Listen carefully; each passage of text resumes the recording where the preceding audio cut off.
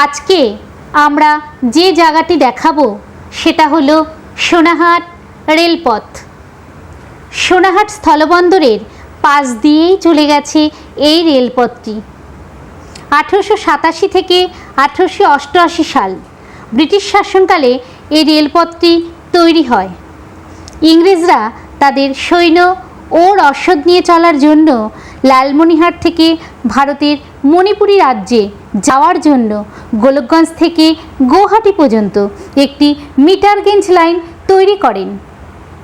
লালমনিরহাট হতে গীতালদহ, আবুতারা, ভুরাঙ্গামারি, পাটেশ্বরী, সোনাতলা, গোলকগঞ্জ ছিল junction station. সামনে যে গেটটি দেখতে পাচ্ছেন, এই গেটটি দিয়ে ভারত থেকে রেল বাংলাদেশে প্রবেশ করত।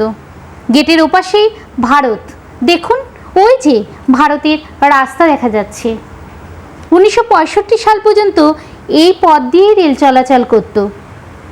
মোগলহাট ধলনা ব্রিজটি 1965 সালে বন্যায় ভেঙে যায়, দুপাশের মাটিও সরে যায়, তখন থেকেই রেলটি বন্ধ হয়ে যায়।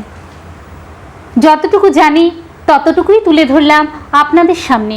ভালো লেগে থাকলে অবশ্যই কমেন্টস করে জানাবেন।